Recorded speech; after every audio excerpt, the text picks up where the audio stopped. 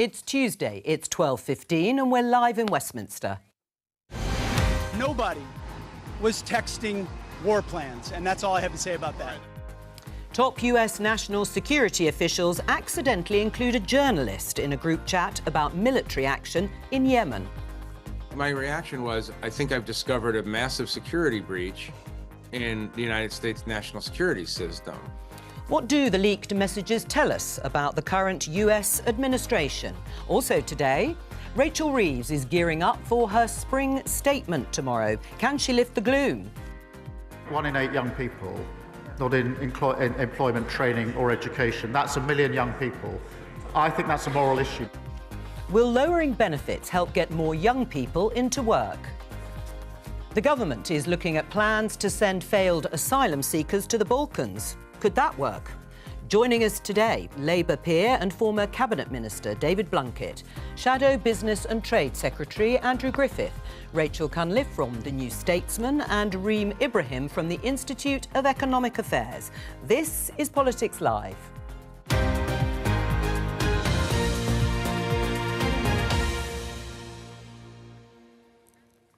Welcome.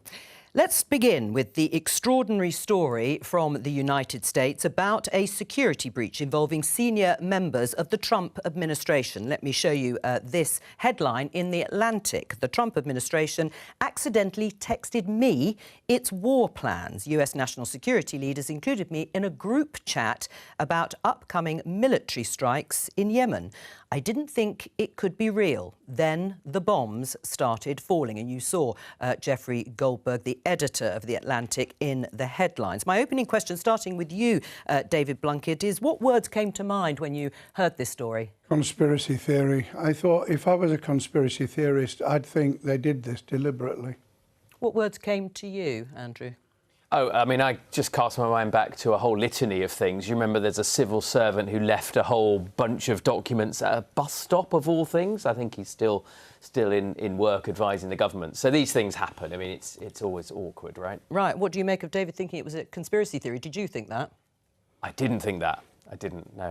I mean, I'm not sure we're allowed to say that, but in my view, these things are always cock-up, not conspiracy. But I'll stand corrected by David. I'm being mischievous. Yes, just checking, David. What about you, Rachel? What words came to your mind when the story dropped? And remember, it's a daytime programme.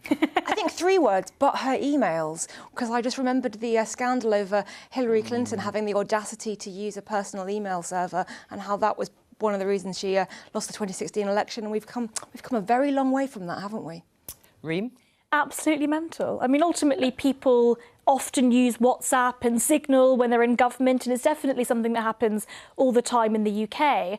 However, I've got to say, I do think that when it comes to matters of national security, don't do it on non-government-approved platforms. Well, there's likely to be an investigation, no doubt. But let's talk about the messages and what they might mean, because they were exchanged between the sort of top brass, if you like, of the Trump administration, or at least some of them. And the messages start off talking about possibly taking bombing action to protect shipping in the canal. J.D. Vance, the vice president, is somewhat sceptical because he says far fewer US ships use the canal than European ones. So he writes on one message to the Defence Secretary, Pete Hegseth, this: if you just take a look, if you think we should do it, let's go. I just hate bailing Europe out again. And the Defence Secretary responded saying this: I fully share your loathing of European freeloading. It's pathetic. But Mike, that's Mike Waltz, is correct. We are the only ones on the planet on our side of the ledger who can do this.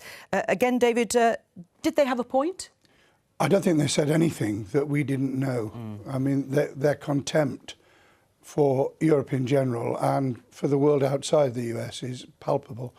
What struck me about it was the fact that they clearly didn't know that the RAF had been involved in refuelling. I mean, we do these things in tandem, which is part of the history of the US and UK, and that kind of contempt actually will lead in the end to pushing us much more into the European basket. Would you agree with that, Andrew? Because, I mean, David is right. If we needed any more confirmation about the Trump administration's feelings towards Europe, then this is clearly it. Does it push us closer to Europe? Well, I don't think it's, as David said, I don't think it's particularly novel. This is something that we've seen multiple administrations. It's not even novel just to this. We had some of the same echoes around that under the Biden administration, that it's time for Europe to step up. I think, you know, some people say Europe, including the UK. The language is pretty striking. Look, it's colloquial language. Clearly, it's a text conversation. But the important point here is that the US, for some time and in multiple different administrations, have been saying to Europe, potentially including the UK, you guys need to lean into that. You need to step up. It's a dangerous world. I think all of us will broadly agree with that. The only question is at what rate and whether you can ever hope to replicate some of the capability that US provides, or indeed whether that's even a good thing. But my party has increased its commitment to defence spending. So has the government. There's still a live debate about how much further and faster that should happen. Right. I think it's partly a feeling that Europe and the UK have been far too reliant on American defence, and that they need to step up in order to protect themselves. And I do think there is a fair point. If you're an American taxpayer and you're knowing that a lot of that defence spending is being spent trying to defend other countries that, quite frankly, should be able to afford to defend themselves. If the UK went to war today, we would not be able to defend ourselves, and I think that's really worrying. Right. There's a complete lack of understanding, though, of the historic and current cooperation, particularly between Britain and the United States. It's not the first time that we've seen J.D. Vance have a slightly sketchy view of military cooperation in historical terms, although obviously he denies that he was talking about Britain in those comments. But I think we have to stop pretending that this is a normal administration. It's not. It's individuals who have more power than most politicians could ever hope to aspire to, who are throwing around these terms as if they are teenagers who are reluctant to work on a school project because they're worried somebody else might get a little bit of the credit. That is what is pathetic. It's very, very childish. And it also raises serious questions about intelligence sharing, because if you are an ally of the US and you are intelligence sharing with them and you know that this is their attitude to national security, would you want to put British troops at risk? Vance and co don't appear to have understood that the attack by the Houthis is all to do with what's happening in the Middle East, with Israel and Gaza. That's certainly the justification they've given, isn't it? And therefore, the US's unequivocal backing for Israel brings them into the picture. So, look, there's nothing that we can say that actually really truly sums up who's running the United States at the moment, is there? Right. I can't. We're all supposed to be very nice to them. Well, So but the question there is, should Keir Starmer be very nice to Donald Trump? Should he continue to be very nice if you take on board what you have said and others? I think he should be balanced. I think we've got to try and sort out what's happening with steel, for instance. These are very practical, hard-headed things, and they affect people here in the UK. So there are trade-offs. Well, I actually think the complete opposite. I think we need to be incredibly diplomatic with the United States. The United States are our largest trading partner, and ultimately the real golden egg here would be a free trade agreement with the United States. We're not going to get a free trade agreement with the United States. Sorry, we're just, it's we're not not asking going to for one happen. at the moment. We're asking for a deal on specific digital and financial services, which is very different from a comprehensive free trade agreement that would involve the US agricultural sector. Yes, because of food standards. Flooding our market with products that, frankly, neither of the two main parties in this country would ever accept. Well, I disagree with that. I think that we should allow British consumers to choose if they want to buy those products or not. And Sure, but ultimately, the food Conservative standards. Party doesn't. Well, Right. I'm not here to defend the Conservative Party. I'm here to defend the principles of free trade. And I think that ultimately, if they want to... Well, let me get back to Rachel's point by showing you this tweet from Ed Davey, leader of the Liberal Democrats. J.D. Vance, the Vice President, and his mates clearly aren't fit to run a group chat, let alone the world's strongest military force, Andrew. It has to make our security services nervous about the intelligence we're sharing with them. Does he have a point? Look, I don't think he does have a point about... Really? No, I don't think he does have a point about the intelligence sharing. Look, these things happen, as I said. We've got one of the senior civil servants advising on the UK Strategic Defence Review left state secrets at a bus stop. These things happen. They're unfortunate. But the Five Eyes partnership is much stronger than that. It sounds like it was fairly operational and short time limited. It's not a great look for anybody whenever these things happen. But I think we should put it into context. Ed Davey's got a very different point about what he thinks the conduct of this Labour government should be. But you're perfectly comfortable with the idea that intelligence, British intelligence, being shared between the Five Eyes nations could end up on a group chat like this? I think that's to put 2 and 2 together and make about 16. I think the Joint Intelligence Chiefs would advise the government if they had any concerns. Do you have any concerns, David Blunkett? Would you be worried? Not in the medium and long term. I think that what we do with GCHQ and MI6 is on a different scale altogether. Right. Rachel? Well, Jeffrey Goldberg has said that there is information that he had from these chats that he chose not to publish because his ethical code wouldn't allow him to put the lives of US service personnel at risk. You know, if we're relying on the ethics of an individual who's been accidentally added to one of these chats and got information that they really should not receive, that's not a particularly strong Rachel, national security system. To Andrew's point, don't you think then we wouldn't want the US to treat us that way just because we've had senior civil servants that have left documents at a bus stop? Would we want the Americans to treat us in that way? I don't think so. So I think we have to be, again, put this all into context and really be clear. There were degrees of mistakes. And I think surely documents at a bus stop are even worse than a Signal group chat. Than adding a journalist to a group that's only got, what, 5 or 6 people in it?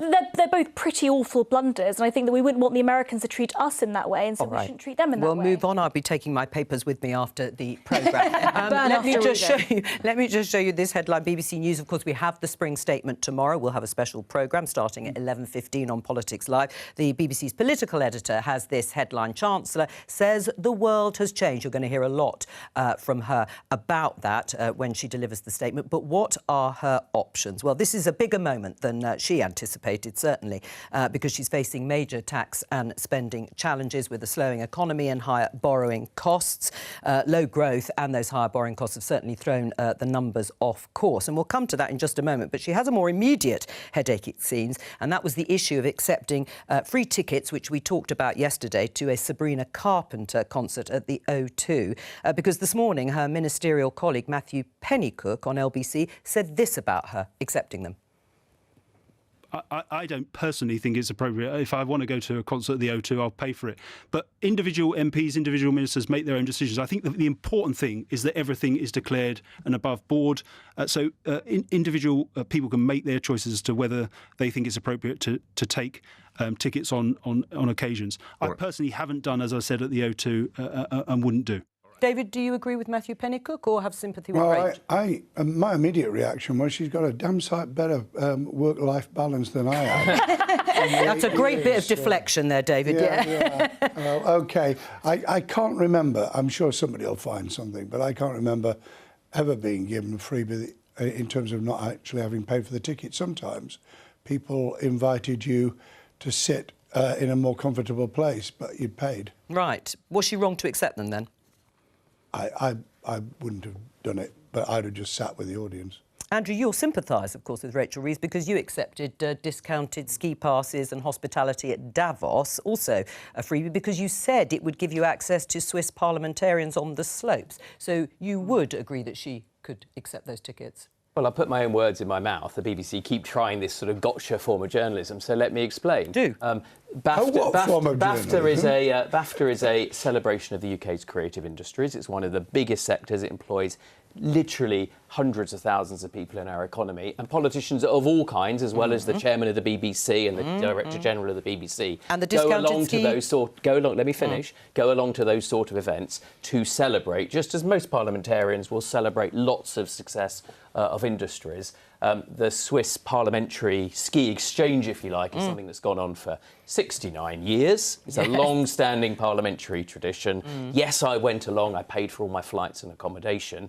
There are some, social engagements where you sit down as a group of cross-party parliamentarians, on the slopes. Cross-party parliamentarians and British parliamentarians. And yes, again, financial services sector is a really important part of our economy. No one is going to grow this economy without financial services, and as a result of those sort of dialogues that have taken place... So Rachel Reeves was OK to take the tickets too? You've given an explanation. I'm just asking you, rightly or wrongly, was she right? But she'll have to make her own judgment. You can get her on and you can ask her like you're asking me. I mean, I think there is a bit of a difference between a commercial hot ticket going along and something that's in the cross-party parliamentary tradition. Now, a lot of viewers will get very bored I think by all in of this case, there's no real risk that Sabrina Carpenter is trying to lobby Rachel Reeves. So I think that's probably the case. I didn't even know who she was. Well, I don't think you were alone in that. But anyway, let's not spend too much more time and let's talk about the spring statement. Are there any reasons to be cheerful with the backdrop that we currently have? Well, not really, according to the polling by More in Common. 4 in 10 Britons think that the UK is currently in a recession, while half say they're not sure whether the cost of living crisis will ever end. A majority of Britons think that the UK's public services, government finances and the economy are in a bad state, and 31% think that Britain is returning to austerity, while 23% think that austerity never ended. David, are there reasons to be cheerful? Yes, there are. I think the first thing I wanted to say was she hadn't made the statement yet. No. So it would be quite nice to know what she's going to say tomorrow and how she presents the really big investment in capital that we've agreed to. That's the big infrastructure programmes, and there's a 10-year programme which is going to be announced in June, part of which has already been announced this morning on social housing, £2 billion. They sound enormous sums of money.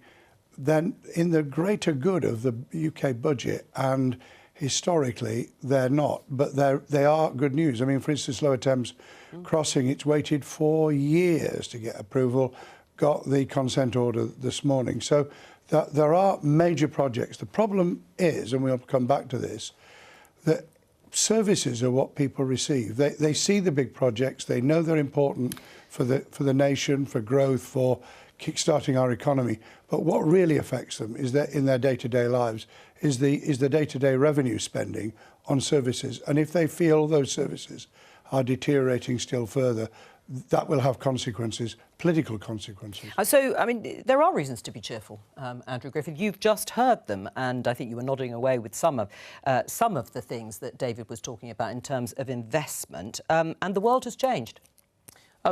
Look, the reason we are here with this emergency budget tomorrow is because I'm afraid the Chancellor is as out of her depth as that homemade Titanic submarine, right? She put together a previous set of forecasts with one of the lowest figures of headroom ever against a world that we all know is volatile. It's about £10 billion. Yes, the world's changed, but the world's been changing very fast for a very long period of time. Raised a vast amount of money, £70 billion a year, put it into the less productive, unreformed public sector, took 40 billion from the productive business side, unreformed, but put into the 40 billion from the productive business side, crashed confidence, unemployment is rising. We'll come back and talk about jobs and the way that we actually square this circle by having an economy that grows, which means more people are into work, and added £30 billion to a national debt that the Taxpayers Alliance says is about £49,000 for every individual adult in this UK. Well, that's a lot of numbers. Not on her watch. David, do you want to respond? Is it true or is it not? Well, you're making me incredibly pro-Rachel. Rachel Reeves, that is. Yeah. And Rachel Cummings. Obviously. Yeah, no, but let's go. So go on. Because the budget in October was before Trump's election. It was before. It wasn't unforeseeable. Well, it might have been foreseeable, but if you could tell me that you foresaw what's happened over the 3.5 months since, you're a crystal ball gazer. I don't think we can blame the US for the current economic situation in the UK. Blame Absolutely them for not. a great deal. You can blame them for a great deal because their antics, particularly in relation to international trade, have pushed up the price of borrowing. So the IFS say it's mostly due to the decisions that the Chancellor took. Yes. The independent IFS say that. Right, but you don't want to reverse, or you haven't said you'd like to reverse the increases in national insurance on employers. Well, we certainly wouldn't have taken the actions that the Chancellor taken. You can't unbake a cake, but there's absolutely no question that we would not have attacked farmers, we would not have attacked family-owned businesses, we would not have created a crisis of confidence that means that 2/3 of small businesses say that they're ceasing to hire. Well, let's pick up that crisis. That's not, we would not have done the employment rights bill, which others would, but that has been devastating in terms of the ability of employers to take a risk and hire people. Let me pick up on the confidence issue, because taking what Andrew has said, there is a sort of rule of thumb that the government, when it came in, did talk down the economy, that they were gloomy and pessimistic themselves. Do you think that contributed to Yes, I think it did, and I think that that was an error, and I think that the incoming Labour government was so focused on explaining the state of the public finances that they inherited that they went a little bit too far and were a little bit too gloomy, and they used the line, we have to do this even though we don't want to, rather than making the case positively for some of the measures that they made. And I think that has had an impact on business confidence, and we are seeing that in the slow growth of the economy in part. I don't think you can take America out of it. I'm enjoying Reem's arguing that Donald Trump hasn't really had an effect on the global economy. So I'm saying you can't blame the current economic situation on Trump purely alone. You blame the current government. I wasn't expecting the case from tariffs to come from someone of No, I'm absolutely against all tariffs. My point is you can't blame slow economic growth on Trump alone. That's my point. Well, Rachel, finish your point and I'll come to Reem. I just think that the Conservative line at the moment, one, that this is an emergency budget. It isn't. It's a fiscal event. There were 2 of them a year. There have been for decades. That is the only line that the Conservatives have, because they cannot say which of the changes that they seem to hate they would reverse, because they don't actually have any of their own ideas for how they would fill the deficit. Are there any reasons to be cheerful? Let me go back to that original question, because there has been only a little, I would admit, but reports in the sort of city pages, in the business pages over the weekend, London stock market up against New York and so on and so forth, that perhaps there is a reason to be cheerful from certainly a city perspective. I definitely think from a regulatory perspective, especially when it comes to the planning system, there definitely are reasons to be cheerful. However, what we're going to see tomorrow is very likely the OBR halving their growth forecasts for the fiscal year 2025. We are going to see, effectively, the government said at the end of last year, we are not going to increase taxes on working people. And they did exactly that by increasing employers' national insurance contributions. Ultimately, it is employees that end up footing the bill. Right. I mean, there are choices. Rachel Reeves has ruled out increasing taxes. She also wants to stick very much to her non-negotiable fiscal rules or borrowing rules. Debt falling as a proportion of GDP in the 5th year of forecast, and only borrowing for capital projects and not day-to-day spending. David, you wanted to do something different. Tell us why. I want the fiscal rules to take account of reality, and there are 2 sorts of once-off capital spend. One is obvious, it's buying equipment and materials and investing in building, and the other is when you take a sum of money and you invest it on a limited time scale to achieve a particular goal. We'll probably come to it, because I know you've got a young person. Yeah, and we're going to talk to Harry in just a moment. Tell us what that goal is. The goal would be to get at least half the 987,000 16 to 24-year-olds who are out of work, education and training into either a job or something meaningful for their lives. We did it in 97. We were fortunate. We were able to levy what was called a windfall on the profits of the previously privatised utilities. That brought in several billion pounds. I was fortunate because I had education and employment, and so I had a big chunk of this, and we got 250,000 young people into a job, into a training place, into a voluntary scheme. And we did it with employers. 100,000 employers signed up. It can be done again. And you could do it as a once-off. And that would entail an adjustment to the self-imposed. They are self-imposed. Yes. By the way, I'm a Keynesian. I don't believe in this Treasury orthodoxy. Well, thanks for that disclaimer. Well, you invest when your economy's flatlining. And before I get reaction, and you get the gain when the growth takes Well, place. let's talk to Harry, because we've mentioned him. He's in Liverpool, and until recently, Harry, you were what we call a NEET, not in employment, education or training. First of all, before you tell us your particular experience, what do you make of what you've just heard from Lord Blunkett there? Do you think that would be a good idea, having a chunk of money destined for people like you to help them get into work? Yeah, I mean, I don't see why not, especially with the increase in number of NEETs. Like, I don't know if it's an all-time high, but it's definitely like over 1 million or something now, the biggest it's been in a long time. I think there'd be no harm in, reducing that number down, because I think that would help a lot of young people. Well, tell us your experience since you left school. Well, since I left school, since I left A-levels, I was feeling I kind of got stuck in a cycle of feeling really like suicidal and self-harming and such, just because school kind of pushes you down a route of you either go university or an apprenticeship, and if you don't, you kind of forgotten about, and it kind of felt like there was no opportunities around me. Even if there was, I had no way of knowing if there was. And the ones that I did apply for, it was the classic case of you need experience to get experience. And, I had no qualifications, no skills after leaving schools. And to relate that back, I think, the biggest problem really was my mental health, and schools don't really have support systems in place for struggling students with mental health, I think. I think there's enough on the plate of teachers. I don't think that should be put onto them. I think there should be support systems in terms of counseling and, checkups on students to see how they're doing and such. And I think also with schools, they tend to be very limited with what they offer.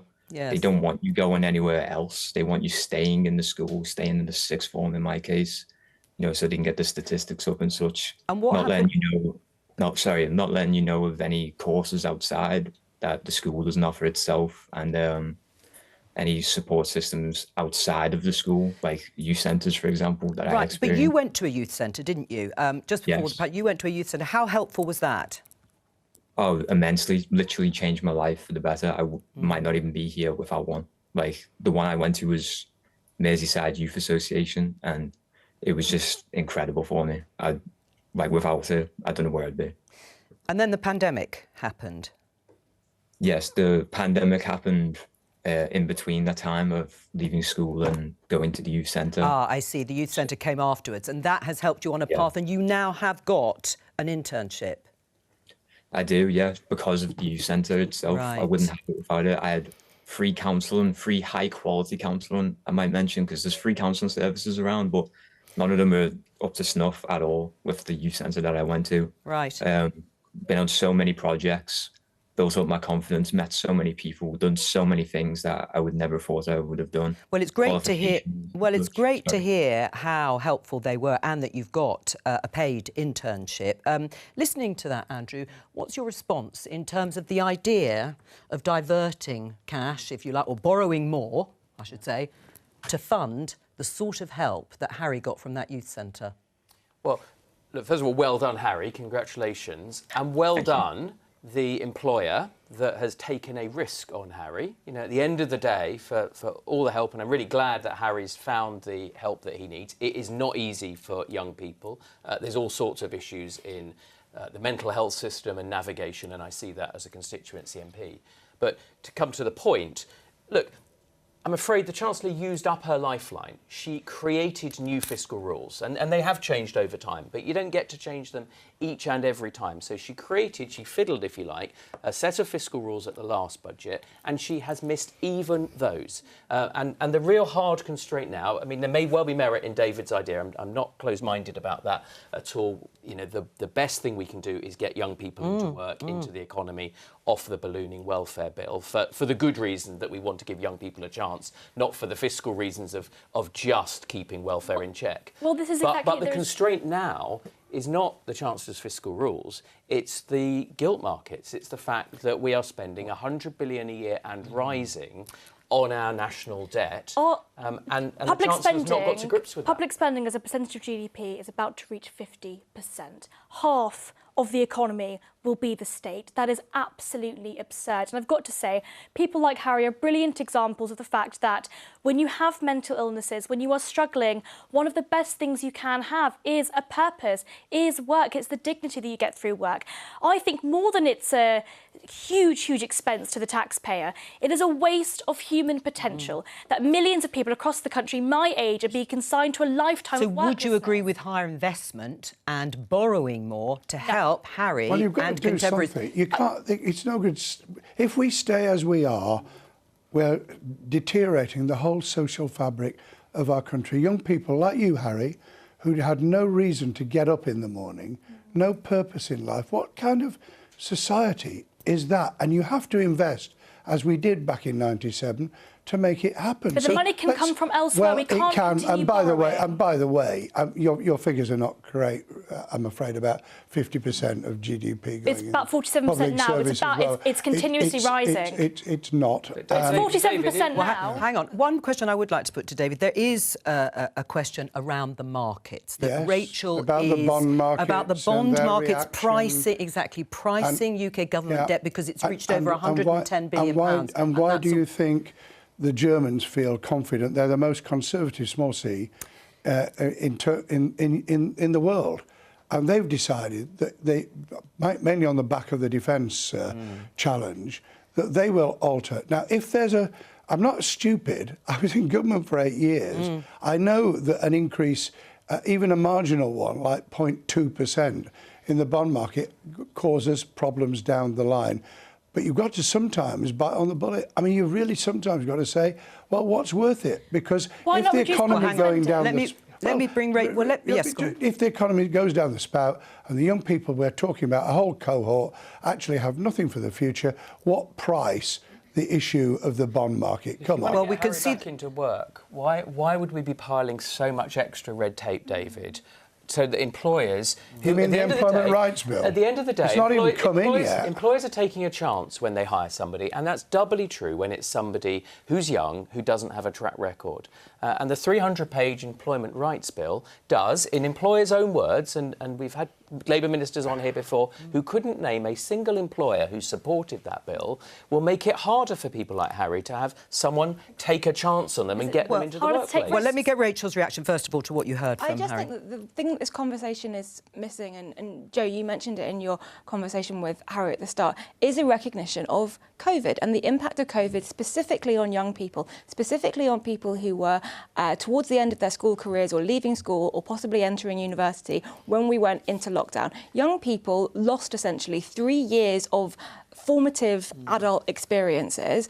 Those are the years in which you get your first job, you learn how to live away from home, you learn how to support yourself and to look up to places beyond your parents for support. We took that away from young people. We offered them nothing in response. We are not even beginning to deal with the mental health implications of that, you know, across society, people of all ages, but specifically for young people. And then we say 1 in 8 young people are not in education or training. There must be something wrong with them, and we don't think about what we put them through. Well, Harry, you were nodding along to what Rachel was saying because the pandemic hit at exactly that point when you were probably about to embark on the world beyond school.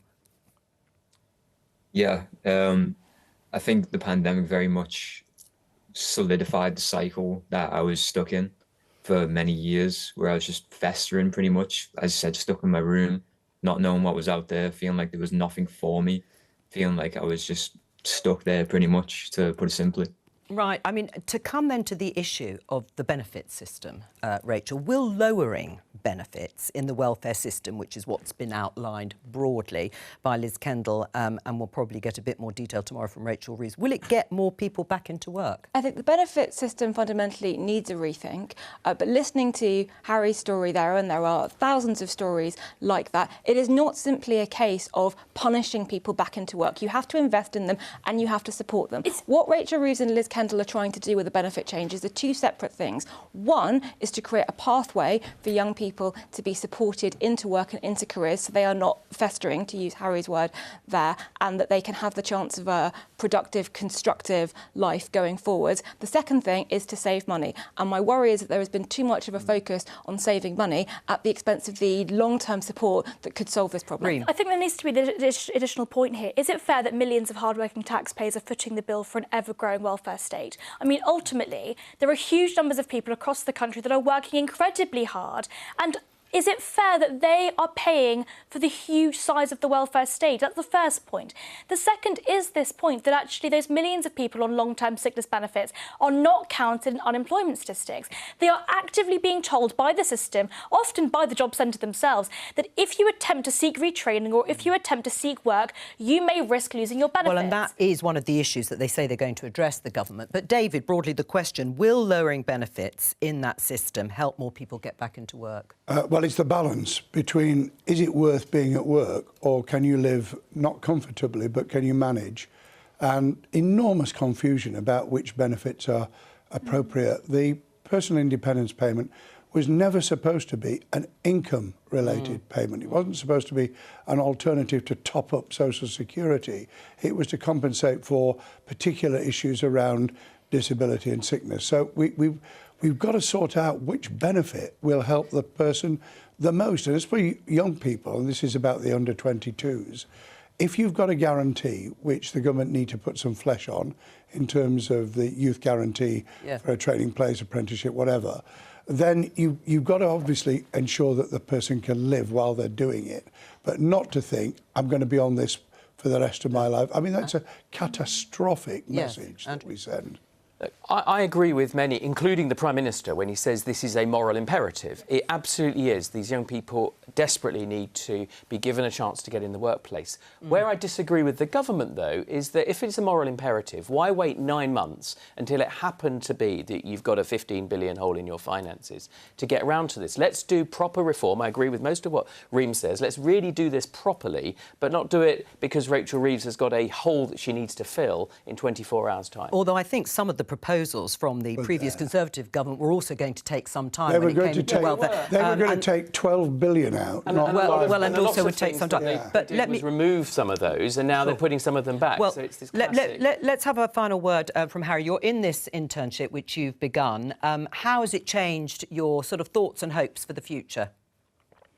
I feel like I have a future in the first place. I never thought I had that before I went to the youth centre. And I worry because the funding for youth centres has been cut in half, like around the time that I got my internship, actually. And it makes me worry because people like me, there's going to be less people getting support. There's going to be less staff who are able to give that support. And there's going to be less opportunities like the internship that I received being given to these people in need. Thank you very much, Harry, for joining us and talking to us, and good luck. Enjoy the rest of the internship.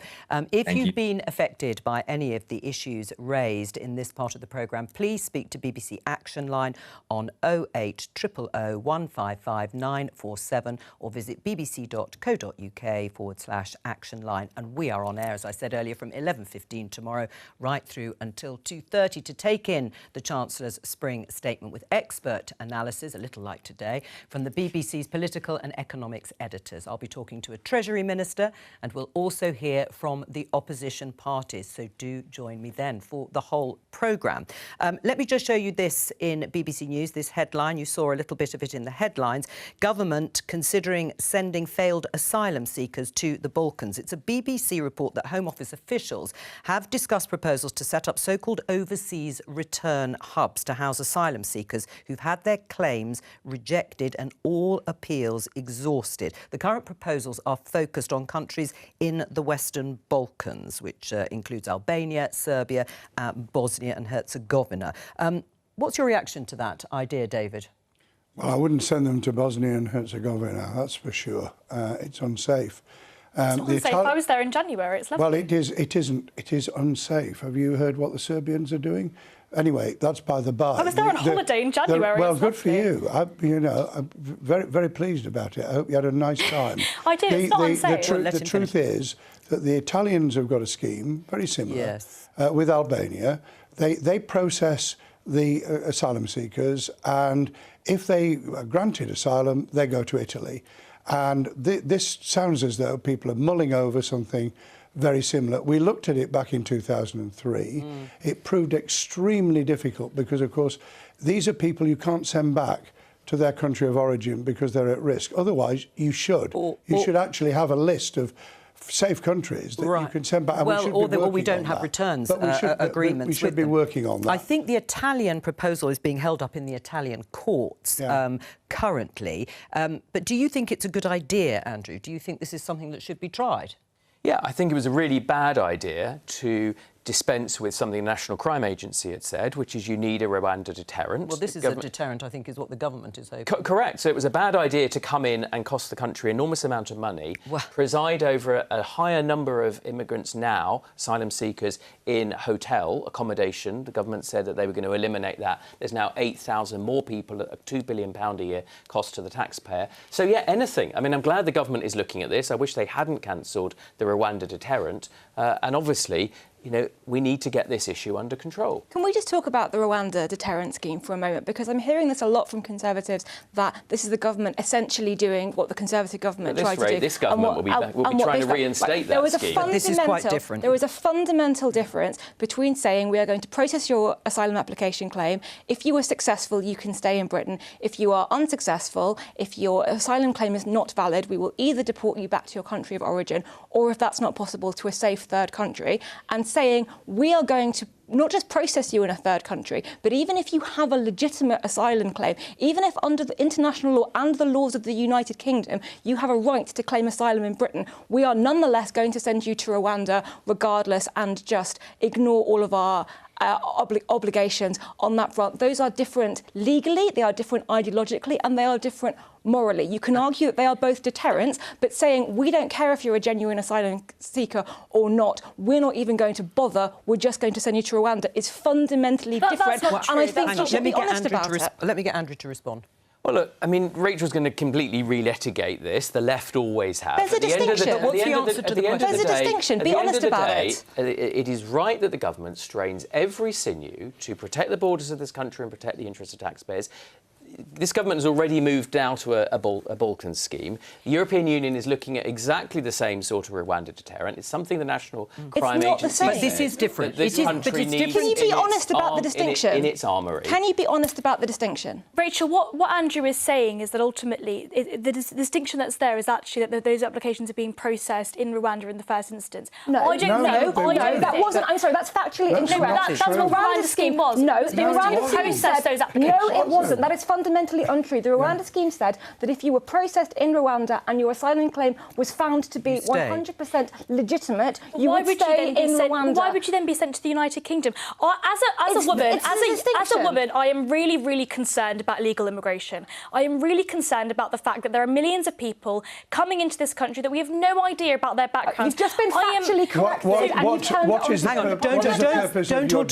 don't talk over each other because the audience can't actually hear. What are you asking, David? What's the purpose of your gender? What the purpose of raising her gender was? So my gender. The point is the processing in Rwanda was supposed to happen with the application processes. That's what was supposed to happen. They're not to be processed in the UK. They were meant to stay. So my point was that the Rwanda scheme was about application processing. No, the Rwanda scheme was about ensuring that somebody who came to the UK, even if they were a genuine asylum seeker, would not be allowed to make that asylum claim and stay in the UK. They would go straight from here to Rwanda. And you know it. Andrew knows it. None of you can be honest about it. The reason we're having this conversation is because Keir Starmer and the Labour government came in. They said, we've got a clear plan. We're going to smash the gangs. We're going to stop the boats. And here we are. We have more arrivals, the record level of arrivals so far this year. We've got more asylum seekers in hotels than ever before. More cost to the taxpayer. But can I just ask you? And the government is casting around now, understandably, but belatedly, for a plan because it never had a plan to get to grips with this problem. All right, and that's what you think, and that's absolutely fine. But let's just be clear about the differences between the two schemes. There are differences. They are distinct.